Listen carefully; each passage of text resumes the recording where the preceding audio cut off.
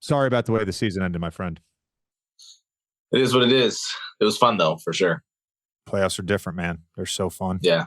They're so fun. Yeah, it was high level basketball. It was fun to be a part of that. Isn't it fun the tactical and strategical part of like it's just so different than the regular season? Yeah. I didn't even know what to expect going into like any of the series, so it was just kind of a trial run is what it felt like. We were just kind of, I mean, at least for me personally, I was just kind of going through, just trying to figure out what works. Yeah. Hey, real quick before we get to the draft, Jalen, did want to ask you about Dallas specifically. And we all sort of know the problem that Luka Doncic presents, the problem that Kyrie Irving presents. As you're sort of thinking about them versus the Celtics, are there any big takeaways you had about the Mavericks from your series that sort of stood out that can be applied to this series against the Celtics?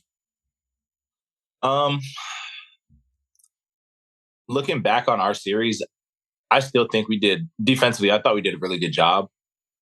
I think the biggest thing with us was we just had like, there was a couple games where we had timely breakdowns. And I think the biggest thing is like with them, they go on runs they go on really loud runs because of like the rate they shoot threes. So when they're up 10, it's really easy to kind of panic and kind of get out of what works for you. And I think there was just like kind of points in our game where we did that and tried to force a couple things. And then now 10 is 15 and, you're kind of just playing from behind the whole game. So up 10, down 10, you kind of just got to stick with it. And then whatever your game plan is, just kind of live and die by that. Yeah. With a couple of weeks to process, we were just talking about this, with a couple of weeks to process at the end of this run for you, and we've talked with you a ton about how great a season it was. What's your overall perspective on what you accomplished this year and then also what the team accomplished? I think for myself, I don't really give too much weight into like the regular season. I think now, especially now that it's like off season for me, the playoffs were like a good thing to kind of gauge where I'm actually at.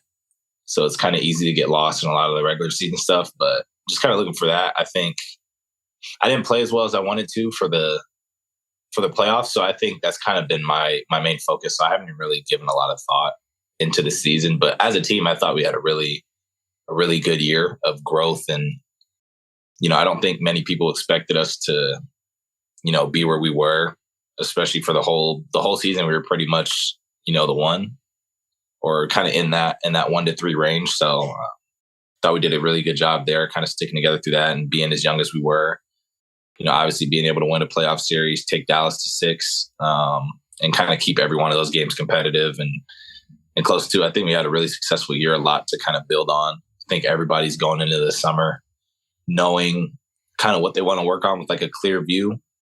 But yeah, I thought we had a really, really great year, and it was really fun to be. That was probably the most fun I've had playing basketball, especially with that group of guys. So it was really, really fun. I thought we got really close.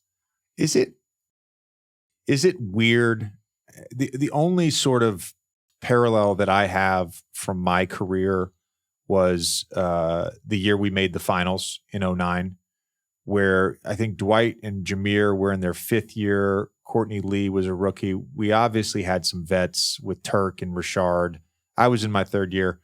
But there's something about like you get to that point, and for you guys, it was the conference semifinals. And I remember our first conversation, we talked about expectations, right? The very first podcast you ever came on, we talked about expectations right before the season started. And so it's weird to like, as a competitor, to feel good about what you were able to do if it doesn't end the way you want it to. Yeah. But it's also valuable, I think, to take something from the experience where, I mean, it sounds like you really valued the taste of the playoffs that you got this year. Yeah. I think you can't take being in the playoffs for granted. I think Mark gave us this like crazy stat with just like Al Horford being there 15 times and not, obviously not getting to like the end goal of winning one. And it's kind of just like having to restart from scratch every year and kind of going through that whole thing. It's like, they're not really guaranteed. Like, I'm trying to use guys that are in the playoffs right now. I think like Drew Holiday, like, would go for a year and then there'd be like a 3-year gap where he doesn't go to the playoffs or doesn't make it as far as he is. So I think playoffs are like really valuable and something that, like, you know, not every year is promised. You know, we had a healthy year, knock on wood. And, you know, like, health isn't always promised. You know, the team may change and stuff like that. So, you know, not taking that for granted and being able to learn from, you know, like for me, like what I didn't do well or what I think I can improve on. I think the playoffs is really playing the same team that's scouting you over and over again. And, you know, they kind of attack whatever weaknesses they think you have. So, you know, when it is done, you can kind of see what they attacked, and that's something that you can work on. It's probably like the most detailed look you can kind of get at your game. So I'm kind of taking that and using that as an experience and then kind of moving my summer towards that. That's great stuff, man. That really is. Love that perspective.